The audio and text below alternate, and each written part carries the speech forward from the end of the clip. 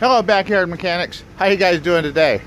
I've got my power impact wrench, I've got the Lincoln Navigator all warmed up, and we're going to do a little repair job today. I hope it's a little, because it's 20 after 2 right now. You can see how low the sun's already getting in the winter sky here in Michigan, and it'll be dark in about 3 hours. So I've got 3 hours to do this job, which I don't think is going to take that long. It doesn't look like it's that big of a job on this particular vehicle. And there's our new part right there if you're curious what we're going to be changing, but I'll tell you. It's the window regulator for the left front door, the driver's side door. And in the past, these have been quite difficult to change on Ford Motor Company products because they've been riveted in place, and the inside of the door frame is set up so that it makes it really hard to get in there and manipulate things around where they need to be. I tried to do one on my 2000 Expedition one time, and I worked on it. I just could not get it to line up. I ended up, I think I spent 4 or 5 hours trying to get it all lined up. I never did get it. Took it up to the local body shop and asked him if that's something they would do. He's like, oh yeah, but I'll have to charge you 40 bucks. I'm like, you know what? I didn't tell him this, but I would have paid 3 times that price to have him put it in after all the struggle and effort I put into it for nothing. But apparently, on these 3rd generation Expedition and Navigators, it's quite a bit easier. And actually, the box itself is huge compared to the box the one came in for my 2000 Expedition. And this is a Dorman part, model 749542. I got with a discount coupon at AutoZone for about $80. I think the regular price on it was about $96 or so. Now, I've seen them online as cheap as $65, maybe even a little bit cheaper than that, or all the way up to $175. So we're going to change this. So let me just show you real quick here what it's doing. You can hear that. I don't know if you can hear that or not, but the motor's working, but it's making a grinding noise, and it's like not moving the window up and down. So almost every time that happens, we're going to be looking at a regulator mechanism. They don't make these things that well anymore. They have a lot of plastic in them, and there's no doubt in my mind that's what's wrong with this. So we're going to fix this today and show you how you can do it yourself and save a bunch of money. We're going to start with clear plastic packing tape, because when you do this, you want the window up all the way. Unfortunately, I was able to push the window up all the way by hand, and it's actually stayed there by itself for the last month. But what we're going to do is we're going to take a piece of this packing tape and we're going to seal up the top edge of the window to the door frame so the window doesn't fall when we disconnect the regulator.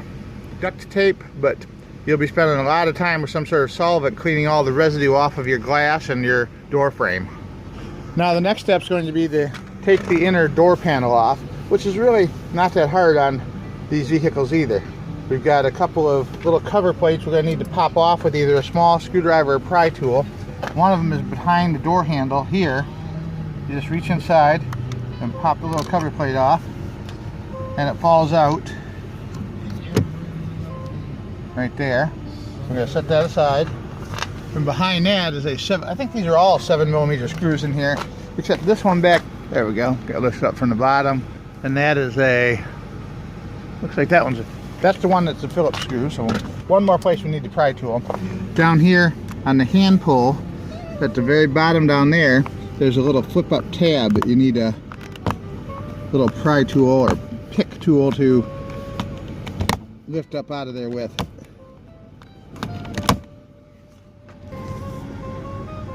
This one doesn't come all the way out. I don't know if you can see down there. Yeah, you can. That's a little trap door type mechanism that you lift up, and 2 more 7mm screws underneath that. Now I've got this little stainless steel bowl we keep in the Navigator for when our puppy goes with us on road trips, but it makes a nice little bowl to put our screws and trim pieces into as well so they don't get lost. So we removed 6 retainers. We had 1 Phillips screw here at the end, 1 7mm screw here, 2 7mm screws here, and then 2 on the bottom of the door panel here and here, and the ones on the bottom are shorter than the other 3 up on top. The next step is to get our pry tool. This is a little speaker attachment on the top of your door panel here. Has a hidden clip on it right here behind. There's a little notch there you can see. You put a pry tool or screwdriver in that little notch and pull it outward, and that clip behind there, you can see it right there, I think, if we can focus on it. There's a clip behind there that'll come out when you do this. And if you hold this out a little bit like this, the whole door panel will lift up and out of the way. At first, the trim panel around the door handle, we need to take that loose. What we're going to do is pull the handle open a little bit, pop that open and slide it off. Keep that separate so it doesn't fall out. That can just fall out and get broken if we're not careful.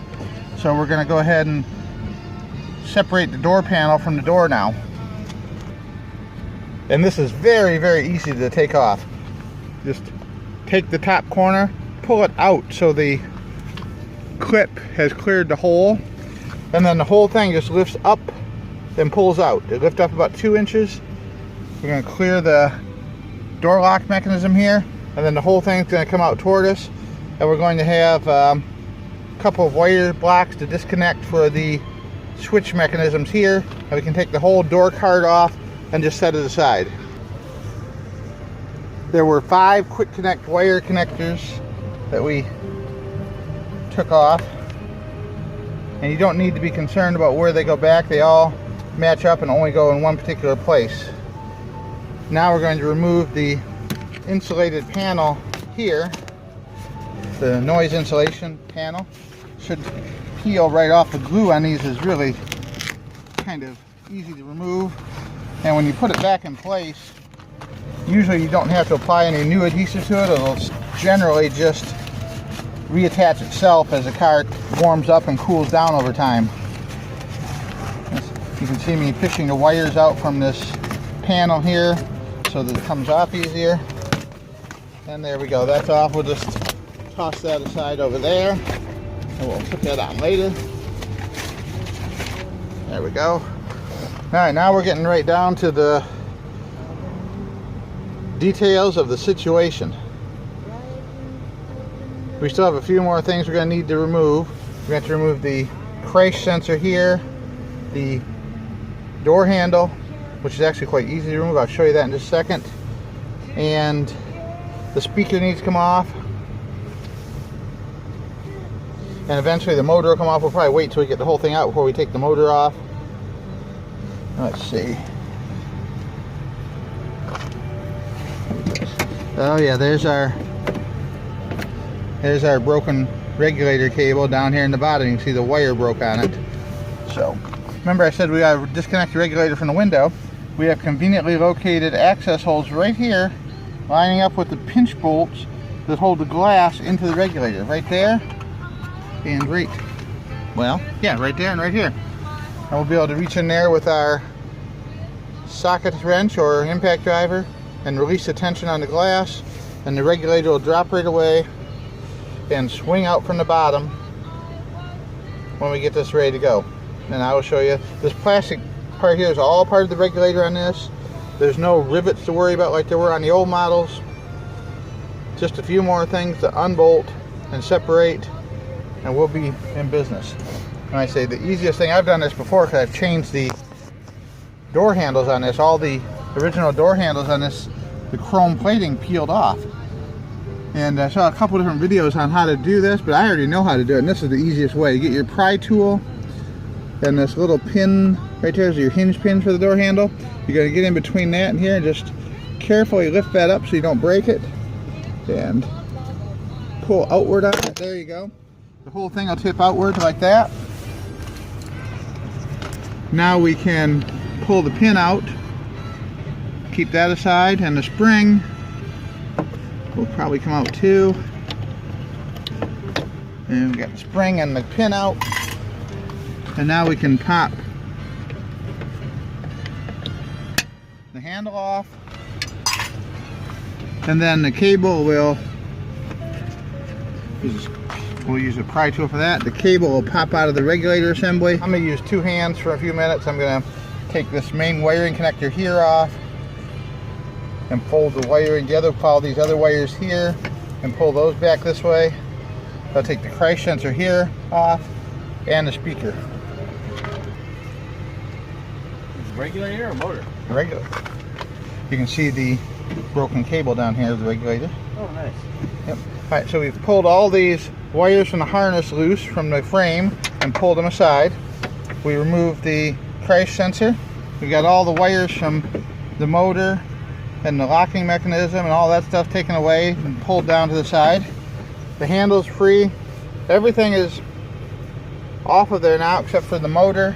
And I think we have to change over the steel plate here too. And we still have to release the glass locking nuts here. And then we have an assortment of bolts to take off from the frame itself. And the most of those look like they're 10 millimeter. I know the ones for the glass are. Yep, these are 10 also. What we're going to do is we're going to reach in here and we're going to just loosen the ones for the glass. And they don't have to come all the way out. They just got to loosen them quite a few turns so they're not tight against the glass anymore. If you take them all the way out, then the bracket might fall down into the bottom and you'll have to fish it out. And there's no real reason to take them all the way out. So, and they're really not that tight, so when you put them back together you want to make sure you don't over tighten them. Too much pressure on them could cause the glass to shatter. Right here? Alright. Yep. Alright, it looks like there's 7 10 millimeter bolts that hold the regulator in place. There's one here, there, and there's 3. And I still got 4 more to go. The 2 on the bottom hold the actual that bracket in place. That bracket in place. And we were able to push we saw that the regulator fell down away from the glass, so the glass is totally clear now. And if I'm looking at it right, which I think I am, there's only 2 more bolts that come loose, and that's these 2 right here. And you don't take these all the way out, you just loosen them like that, and then you lift it up and out of that hole. Makes it easier to get to and line everything up this way, apparently. So we're gonna lift up and push inward like that.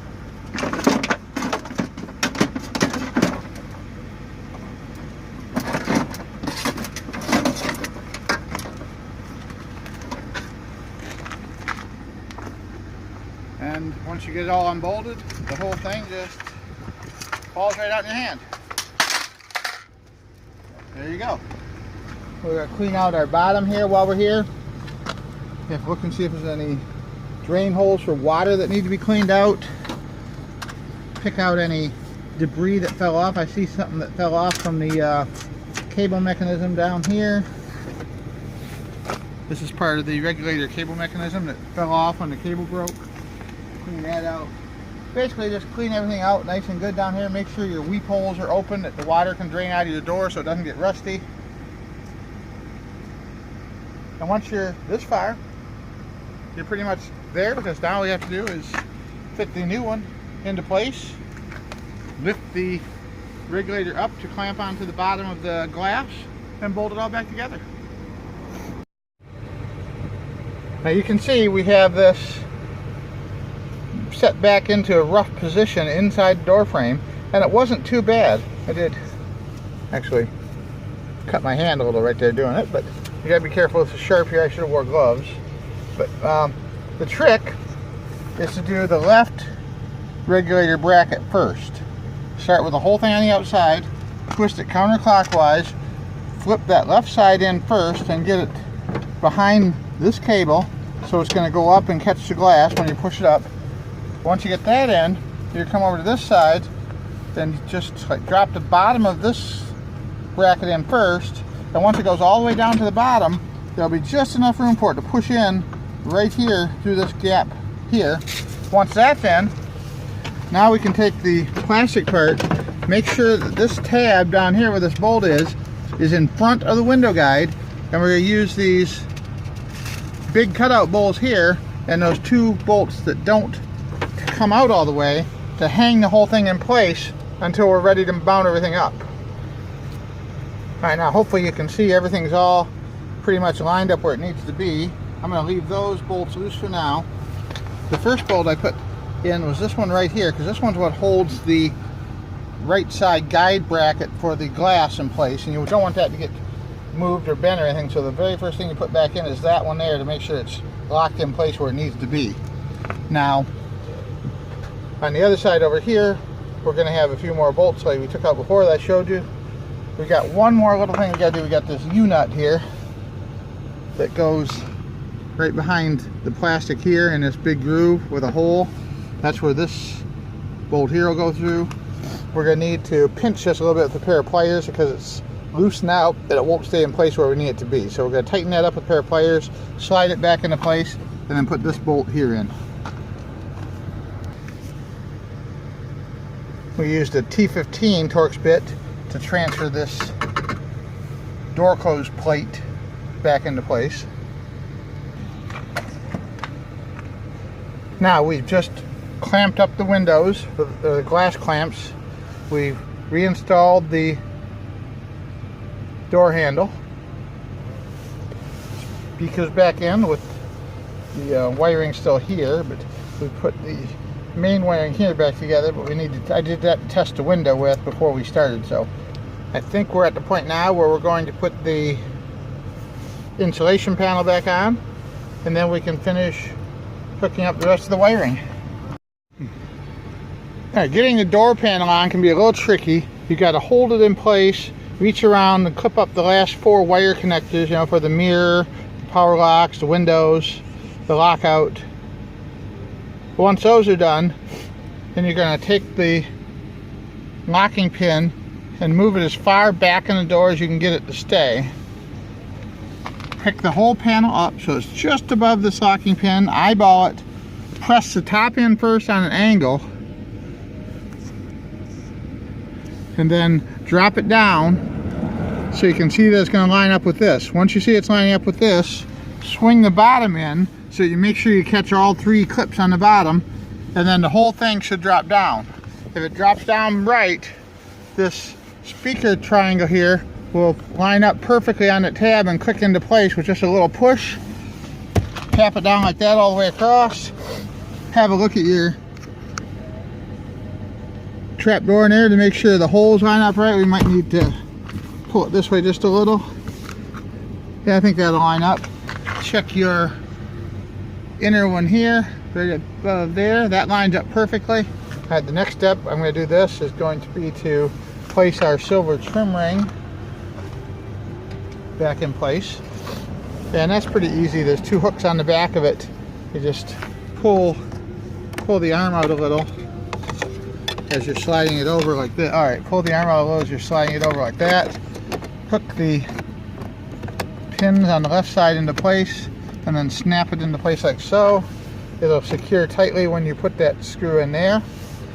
Don't forget your little trim cap that goes over the top of it. Then you'll be good as new. Look at that. Boom, boom, boom. And then I say we'll bolt it down and we'll be all set. Well, congratulations, we're all done. It took, I would say, about 2 hours and 45 minutes. And we can see, look at this. Window goes down, window goes up, yeah, auto down, auto up. Now there's one more step. We're not quite done yet because there's one more step you got to watch. Watch what happens when the window gets all the way up here. It's going to do the bounce back. Okay. Anytime you change a motor or regulator on these Ford motor products with the auto up or auto down windows, you need to reinitialize the auto up sequencing. And now we're going to show you how to do that before we can say this job's totally finished. So here we go. We're going to have the door open and the keys off. We're going to turn the key from off to on 5 times quickly within like 3 seconds, leaving it in the on position and hitting the down button immediately afterwards and holding it for 2 seconds. 1, 2, 3, 4, 5, down. See that nothing happened when I did that? That means we successfully reset the system. If the window moves when you hit the down button, that means you did not do it in enough time. You need to do it again. that part of the process clears the current memory status. So now we're going to hold the down button until the window goes all the way down and count to 3 seconds. And then we're going to wait 3 seconds and then hold the up button until it's all the way up to the top and bottoms out. Once that cycle is completed, auto up and auto down should be perfectly reset and ready to go.